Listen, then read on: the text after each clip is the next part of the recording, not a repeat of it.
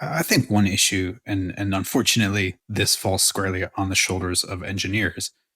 I don't think most engineers are good at pushing back against anything. And For sure. No, absolutely if not. they For like sure. tough love, like they need to learn how to do that, because if you never push back against anything, you just get into this toxic cycle of overpromising and underdelivering. And as much as Tim, as he was reading from Hal's thing, was saying that the role of a manager is to protect you from upper management, everybody is optimistic about what can get done. And Hmm. at some point, the engineers are responsible for doing the work, which means they're ultimately the most responsible for pushing back. I have had that hard conversation with engineers and with managers. Why did you tell him that we could do this? Like, why did you tell the manager that we could achieve this? I need to know. And the answer is they were standing here and they wouldn't quit asking when we could do it. So I just said yes, so they would leave.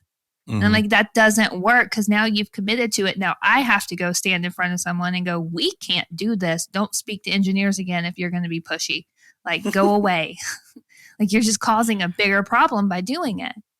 Yeah. We've talked about this, I'm almost certain, on a previous episode, but the guys over at Basecamp have this concept of appetite where they, instead of thinking about when they're going to release something, they ask the company, how much appetite do we have for working on this? Meaning, like, how much time and effort do we really want to put into this? Because it's easy for a product designer to look at something and feel like, I need this 100%, otherwise it's not going to be useful. But if you ask them how much time they want to put into it, and they're only comfortable saying, I feel I want the company to dedicate a month of time to this, then at least it gives you this sort of, now we can get on the same plane about what we're talking about, because you say you only want to put a month into it. And I'm telling you that what you want would take 4 months to work.